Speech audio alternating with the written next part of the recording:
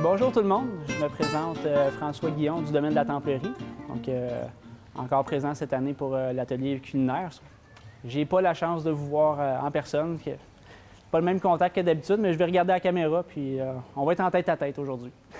Donc, un peu comme à chaque année, on va parler un peu de mon élevage parce qu'on est principalement une table champêtre, mais le but d'une table champêtre, c'est d'élever ce qu'on sert au restaurant.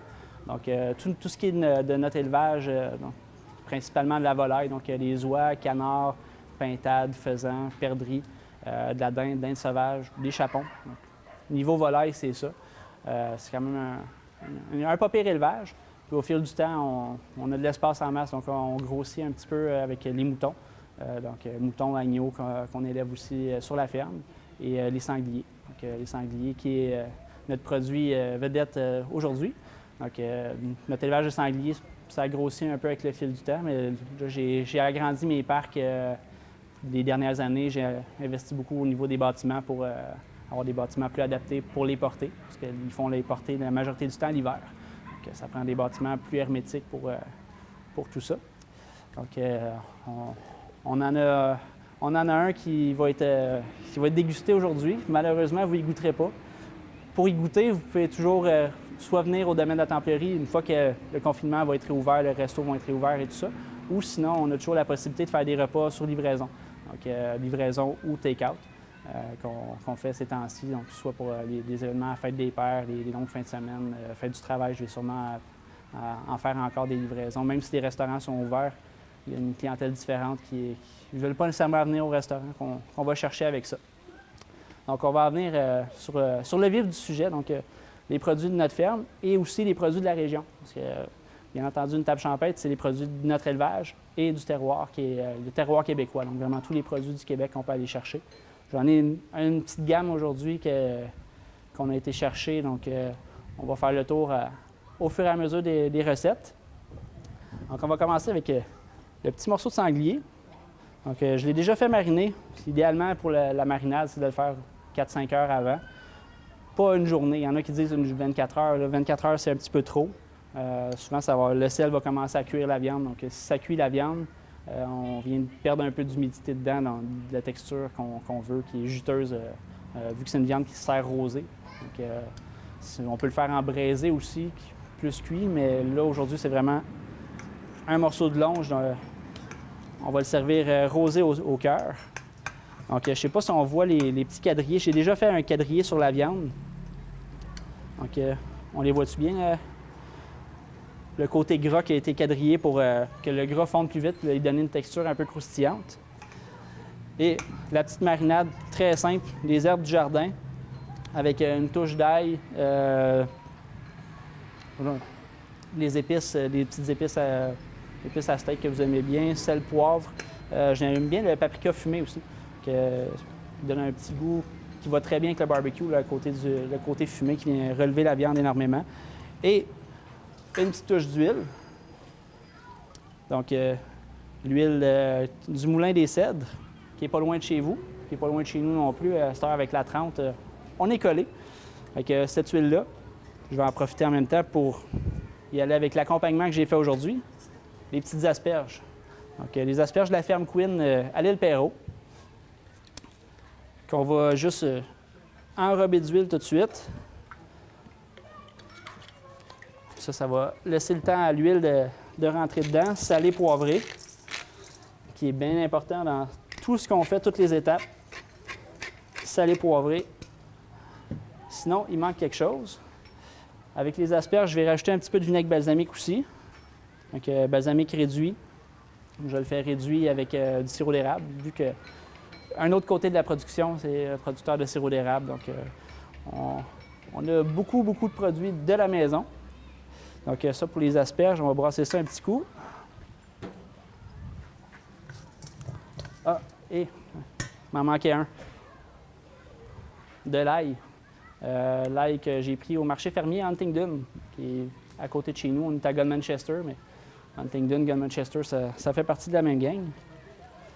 OK. Une petite touche d'ail. Ça, idéalement, là, vous pouvez le faire une demi-heure d'avance, le laisser reposer. Ça, le sel et l'huile vont vraiment s'imprégner dans les asperges. Et bien important de ne pas mettre trop d'huile. Parce que barbecue avec de l'huile, ça fait des flammes. Donc, le but, c'est pas que ça brûle, c'est vraiment juste de cuire et non brûler. Si vous voulez brûler dans un feu de camp en fin de soirée, c'est bien plus le fun. Là, on va revenir à la longe de sanglier. Je vais commencer à la mettre à la cuisson tout de suite. Pour ce qui est de la cuisson, toujours partir le feu très vif, côté gras. Mais vu qu'on met le gras en premier, on va faire une cuisson indirecte. La grille est très chaude. On vient mettre le feu à off directement dans ce secteur-là où est-ce qu'on va mettre la viande pour éviter vraiment tout risque de flamme qui va sortir de ça.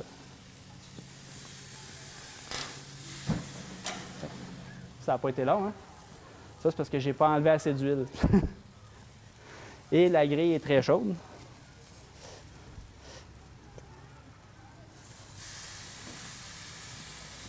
Ça, c'est l'apprentissage avec chaque barbecue. À chaque fois, il y a quelque chose de différent. Il y a des années qu'il y en a un qui ne chauffait pas assez, d'autres années qui chauffait trop. Lui, il a l'air de très bien chauffer. Alors, on va même faire l'inverse. Vu que c'est trop chaud, on va y aller côté viande en premier. On va venir faire caraméliser notre gras après. Donc là, on a notre côté, un côté qui est allumé à 100 %, l'autre côté qui est à off. Il devrait plus prendre en feu, là. Donc on va le fermer pour laisser la température circuler dans le four. Vraiment, cuisson, étouffer ça et en même temps que ça saisisse bien la viande. Donc ça, c'est notre première étape qui est partie. On va aller sur l'autre étape. On va la faire en même temps. Les asperges, là, ça prend 3-4 minutes, fait que c'est la dernière chose qu'on va faire cuire. Chez nous, on a une table champêtre, mais on a toujours été fin au niveau des sauces. Les sauces, c'est très important. Même sur le barbecue, juste la viande, c'est bon, mais avec une petite sauce à côté, c'est encore un petit plus. J'aime bien aller racler les fonds de sauce dans mon assiette. Fait que on va en faire une aujourd'hui. Aujourd'hui, ça va être une petite sauce au poivre. Donc, c'est souvent le monde il achète des petites sauces au poivre en sachet. Là, je vais vous le montrer. C'est vraiment très simple. On va faire attention à la caméra. Là. Je vais essayer de ne pas faire flamber la caméra au complet. Donc, on va y aller dans les étapes. Une petite noix de beurre. Bien, une bonne noix de beurre. Ça, c'est mon côté normand aussi. Notre famille est originaire de Normandie, donc crème et beurre, ça fait partie de notre quotidien. Je vais m'approcher ça ici. Donc, on va laisser chauffer le beurre. Du poivre. Monsieur le caméraman. Poivre vert et poivre noir qu'on va juste passer au mortier. On veut garder quand même les grains assez gros. Vous pouvez prendre le poivre de la moulinette chez vous, puis de la moulinette comme ça, de la mettre au grain le plus gros, ça fait la job aussi. Le poivre vert, malheureusement, on ne peut pas faire ça parce qu'on l'achète souvent en petite conserve. Donc, en l'achetant en conserve, avec l'humidité dedans, ça ne marche pas dans les poivrières, mais au mortier comme ça, donc ça fait des gros grumeaux.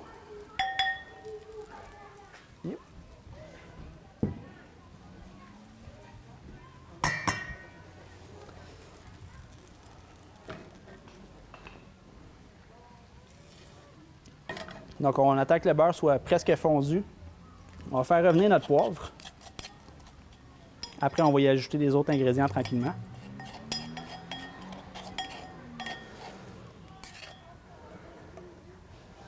Là, si vous faites ça dans la maison, l'étape de faire chauffer le poivre, il faut vraiment le faire chauffer assez chaud et assez longtemps. En général, ça va faire une petite fumée. Quand on va le déglacer, surtout, là, ça va faire une petite fumée. Puis cette fumée-là, elle va vous faire tousser. Ça dégage les bronches. C'est pas le coronavirus, là, si on se met à tousser, c'est normal, c'est le poivre. Donc, on va approcher les autres ingrédients. J'ai pris un petit vin rouge, le Bourg des Cèdres, pas loin d'ici. Encore là, les produits du terroir. Très bon. Là, j'ai pris un vin que je ne mettrais pas là-dedans d'habitude, mais j'en avais plus de l'autre. Normalement, je prends juste un vin rouge bien classique et un petit cognac. Ça, on garde le côté classique là, avec le côté français qu'on a. Un petit Saint-Rémy pour déglacer. Donc, on va faire flamber le poivre quand ça va être le moment venu.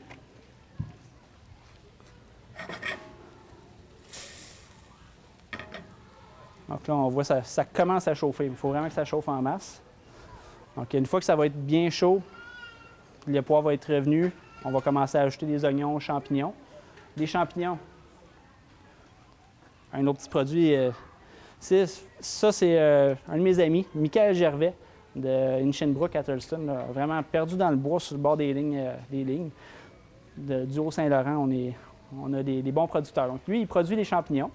Ceux-là, ce n'est pas des champignons qu'il produit, c'est des chanterelles du Québec, que lui ou ses amis cueilleurs, parce qu'ils se connaissent tous un peu. Fait qu'il y en a un qui va chercher des champignons, il vend à l'autre, et s'échangent ça pour que tous les restaurateurs qui connaissent et leurs clients habituels arrivent à avoir un peu de tout. Donc ça, c'est des chanterelles qu'il a cueillies l'automne passé, que je vais mettre dedans. On peut prendre tout simplement des champignons de Paris ou du portobello. Bon petit portobello là, qui fait des beaux morceaux. Moi, je commençais à entendre la viande. Ça, c'est important, tout ce qui est cuisine. Il y a bien du bruit autour, là, mais tout ce qui est le son, tous les sons de la viande. Salut les cocos!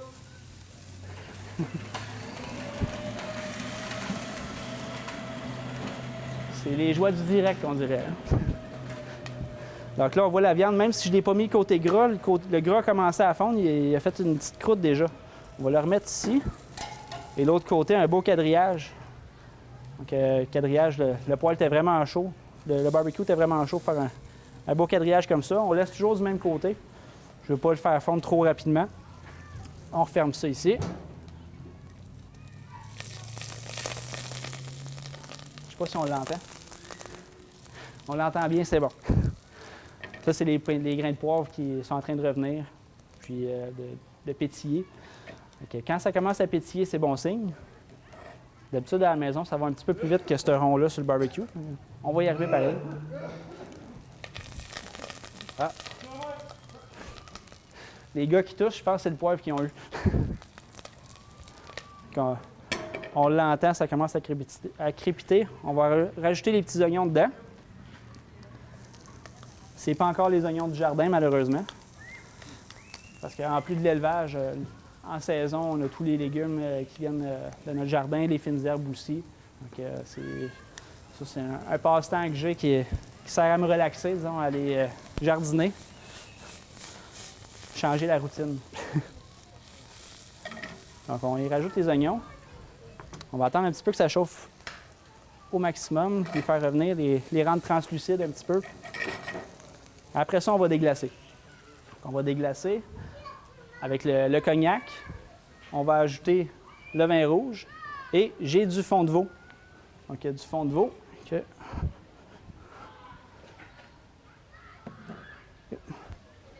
J'ai enlevé la petite croûte de gras sur le dessus qui s'est séparée. Donc, pas besoin d'en rajouter. Je vais en mettre assez avec la crème.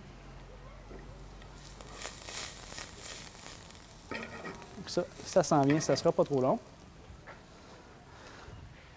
Une autre chose bien importante, barbecue, là, une petite bière. Normalement, à la télé, on ne fait pas ça, mais il faut les encourager. Ils viennent d'ouvrir. C'est la microbrasserie Barabas à Sainte-Barbe, qui est nos voisins directs. Donc, celle-là, c'est une petite bière blonde, super goûteuse. Ils viennent d'ouvrir, fait qu'ils n'ont plus de stock déjà pour cette fin de semaine-ci. On est mi-juin. Ils ont tout vidé en 2 jours. Ils vont en avoir, ils vont fournir tout l'été de bonnes bières rafraîchissantes.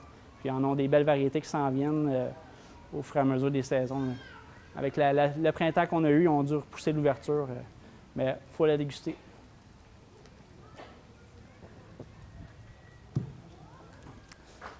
On va retourner à la sauce après. Je ne sais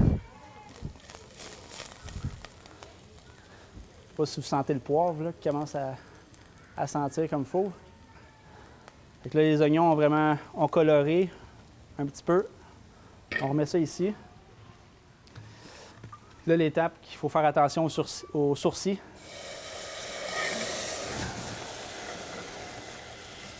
Un petit peu flambé. Ça, c'est vraiment pour le chaud. Vous n'êtes pas obligé de le flamber. Ça va être le même goût. Petite shot de vin rouge. On va laisser ça ici. Le fond de veau. Le fond de veau, si vous n'en avez pas, c'est pas grave. À la limite, là, du fond de veau en poudre, ça dépend très bien. Sinon, la majorité des boucheries ont des petits plats cachés dans les congélateurs, là, des fonds de veau, fond brun. Idéalement, c'est un fond brun réduit avec les aromates qu'on rajoute. C'est vraiment beaucoup plus goûteux, mais on fait avec ce que le boucher a. Sinon, un fond de veau, il y a des recettes bien simples sur Internet là, que vous pouvez trouver. C'est vraiment des os de veau rôtis qu'on fait vraiment rôtir foncé au four. Après ça, on rajoute les aromates pour donner plus de goût. Et on fait réduire longtemps. Quand je fais un fond de veau, ça dure une semaine. Une semaine que le chaudron est sur le feu. Après ça, après 2-3 jours, on enlève le bouillon, on remouille avec de l'eau. On refait ça 2 fois. Puis on va aller chercher le maximum de la saveur qu'on peut aller chercher dans les os. Puis on a une belle texture gélatineuse dans le fond. Donc ça, c'est parti pour là. On va laisser ça mijoter tranquillement. Une fois que ça va mijoter, on va rajouter la crème à la fin. La crème, les herbes pour terminer le tout. Yep. On va retourner à la pièce maîtresse. Ça, on voit bien, le gras il est vraiment fondu. Il n'est pas encore croustillant. Là, on va le mettre on va faire un switch de côté.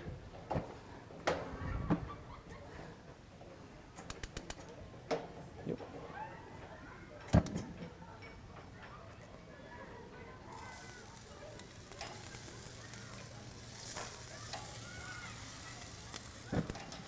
C'est ça. Il chauffe très, très bien.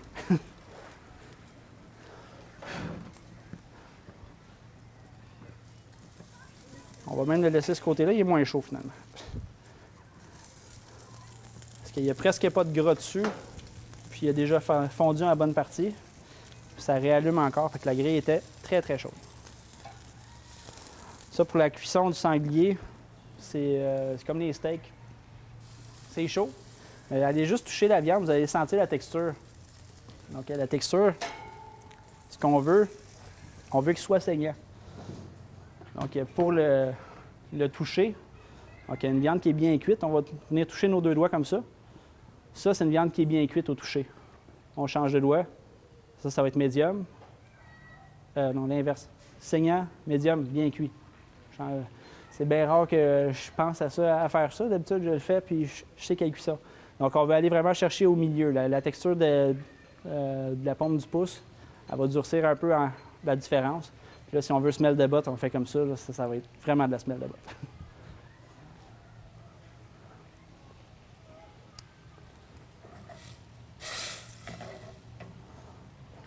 On va pouvoir passer à la cuisson des asperges aussi. Le rôti cuit tranquillement. Et cuit tranquillement, un petit peu trop vite. Ça, c'est bien à off.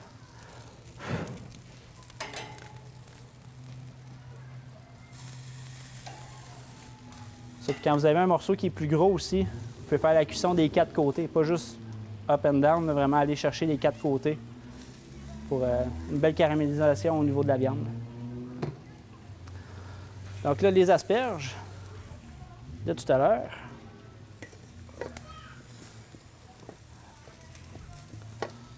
Je pense, vu que la grille est très chaude, je vais la mettre du côté qui est fermé, vu que j'ai alterné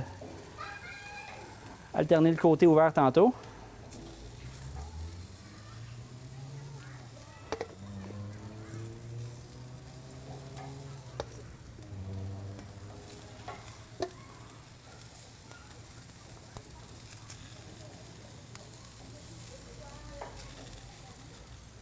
Ça, on n'a pas besoin de refermer le barbecue, il va rester amplement chaud.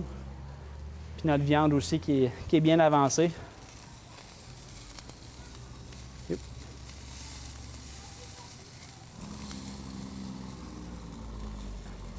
Il chauffe bien, je suis en train de me brûler le bras. Ça. Donc on a la petite sauce qui est en train de cuire aussi, qui est en train de réduire. La texture n'est pas tout à fait assez réduite encore. On pourrait ajouter la crème tout de suite. On va y aller graduellement. Ça, pour la texture, c'est une texture à la nappe qu'on appelle. Donc, on prend une cuillère. Quand la cuillère va être bien recouverte, on va avoir la texture qu'on recherche au niveau de la sauce.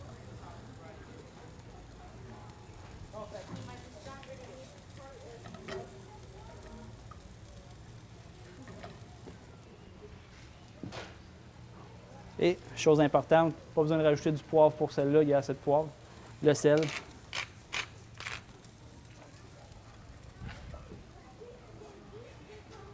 Et les petits champignons. Les champignons, on aurait pu les mettre au début avec les oignons. Ça aurait été des champignons frais, mais vu que c'est des champignons qui étaient congelés, ils vont rendre trop d'eau, ils vont mouiller le poivre, ça ne se déglacera pas aussi bien. Tandis que comme ça, en les rajoutant à la fin, ils ont déjà une texture qui est souple, donc on ne va pas trop les cuire non plus. On veut qu'ils restent en beaux morceaux.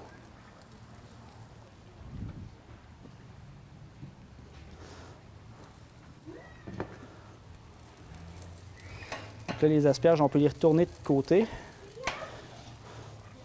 Là, vu que l'excédent d'huile a coulé, on va venir mettre ça de l'autre côté, au côté qui est allumé.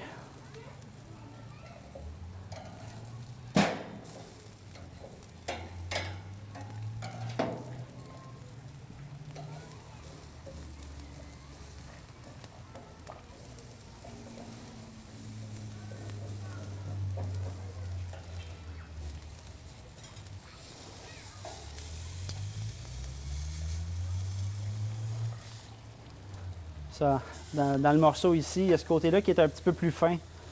Donc, quand c'est un petit rôti comme ça ne cuit jamais égal. Celui-là, il est peut-être 1 centimètre de moins en épaisseur. Donc, la cuisson est déjà beaucoup plus avancée de ce côté-ci que celui-là. En général, il y a du monde qui aime plus médium, d'autres plus saillant. On va essayer de trouver les morceaux. Pour ceux qui aiment le bien cuit, c'est les ententes, les extrémités. Là. Ça, c'est les enfants chez nous qui mangent ça.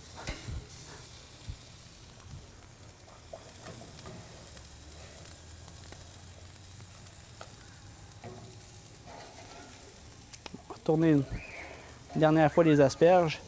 On essaye de ne pas trop les marquer. On voit la grille qui est marquée dessus. La cuisson, elle va continuer après. Donc, si la cuisson continue après, on veut quand même un légume qui est croquant. Si on le cuit trop, ça va être ramolli et moins savoureux. Donc, on va réserver ça de côté.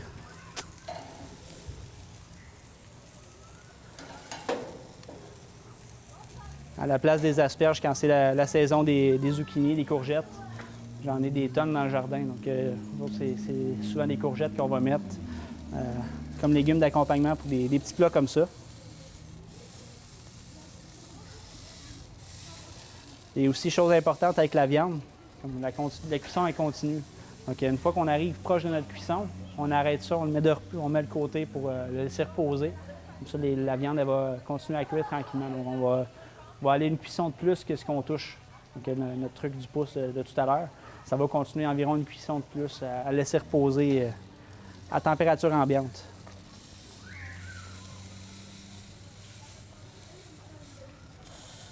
On va le remettre un petit coup au chaud, côté allumé.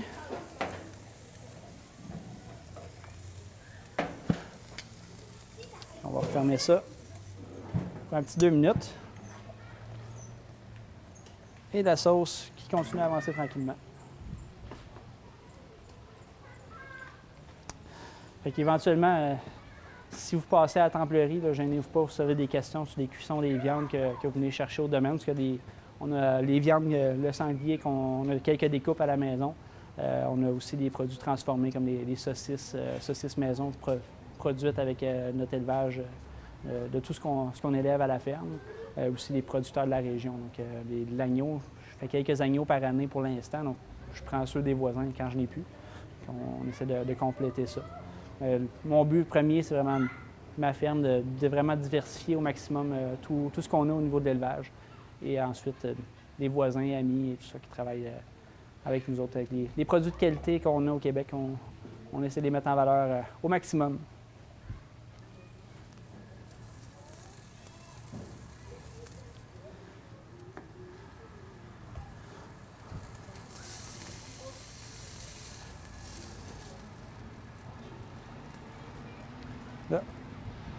Je vais ramener ça ici. Vu que je ne suis pas à la maison, j'ai oublié mon papier d'aluminium. D'habitude, on met un papier d'aluminium pour le recouvrir. Comme ça, la cuisson elle continue encore mieux. Puis, il va garder sa chaleur plus longtemps. Mais là, un petit oubli de ma part.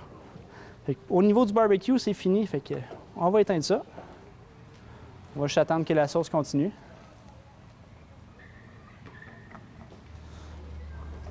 Je pense que je vais mettre la casserole dans le barbecue. Elle va chauffer plus vite.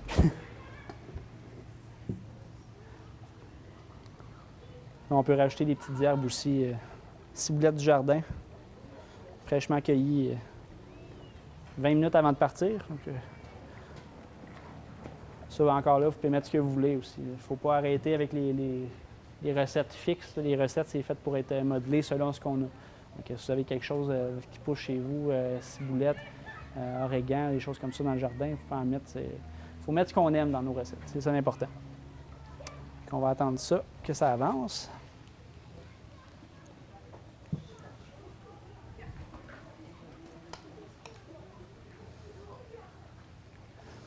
Fait que ça, c'est la partie qui est longue un peu. Il faut attendre. Je ne le couperai pas tout de suite. Je vais laisser le jus rester à l'intérieur. C'est la partie plate, mais je vais prendre l'autre gorgée.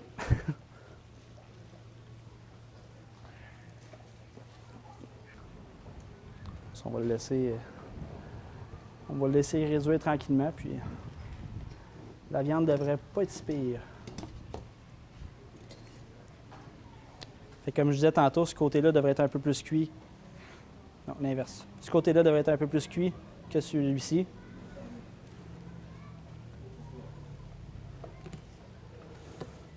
On va le rosé. Bien juteux à l'intérieur.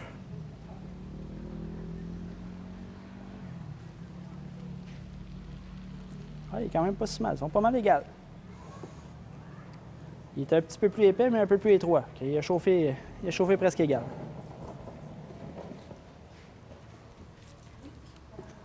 L'avantage de faire des morceaux de longe comme ça, ou une cuisson plus simple, moins de morceaux à regarder tout le temps, à jouer avec. Là. Un seul morceau, après ça, on le coupe, on laisse reposer, puis on le coupe. Il fait des drôles de sons, le barbecue. Il fait du bruit tout seul.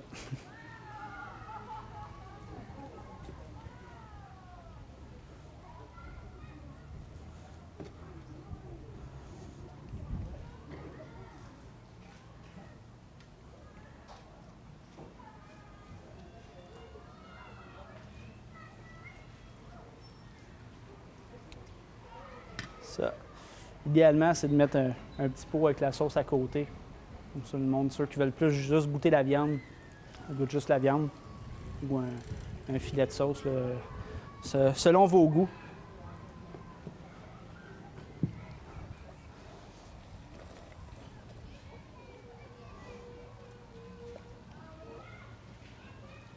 Donc, on voit la texture commence à changer. On va attendre encore un petit peu.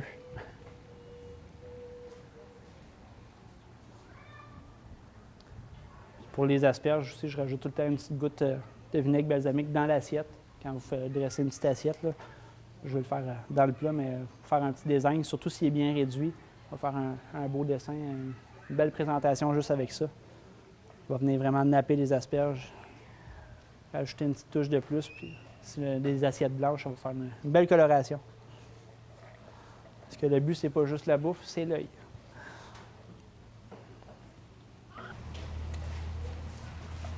Ça va être bon pour ça. Vous ne pouvez pas le sentir à la caméra, là, mais hein, je ne sais pas si ça sent bon. Des belles petites effluves.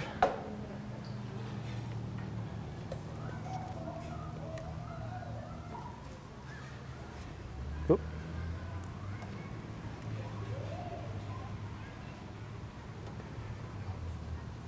Il manquerait encore une petite touche à la sauce, là. Normalement, on épaissit ça un petit peu plus que ça, mais bon, pour les besoins de l'émission, vu que le barbecue chauffait beaucoup, mais le rond chauffait beaucoup moins. On vient napper ça au goût. Et voilà.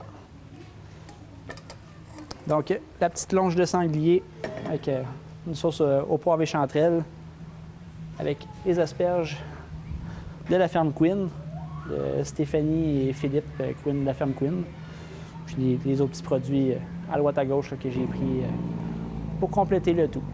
Fait que sur ça, je souhaite à tous une agréable journée, puis au plaisir de vous voir en de meilleures circonstances, soit chez nous, soit ici, en espérant que ce soit avant l'année prochaine. Au plaisir!